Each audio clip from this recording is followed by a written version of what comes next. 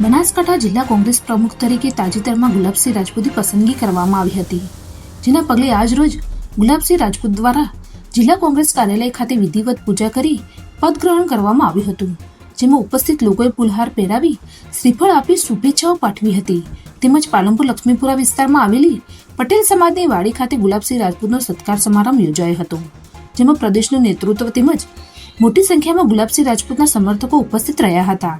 જેમાં આગામી દિવસોમાં પણ તમામ આગેવાનો તેમજ કાર્યકરોને સાથે રાખી પાર્ટીને મજબૂત કરવા હાંકલ કરી હતી.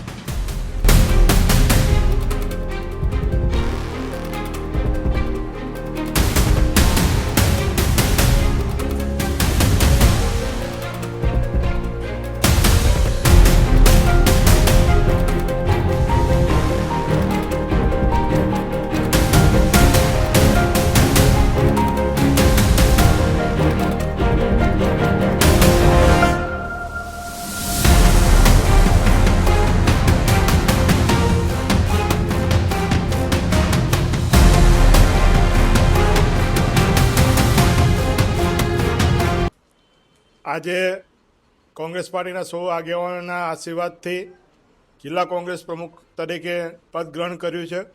અને આવનારા સમયમાં બનાસકાંઠા જિલ્લાના તમામ સમાજના લોકો, તમામ વર્ગના લોકોનો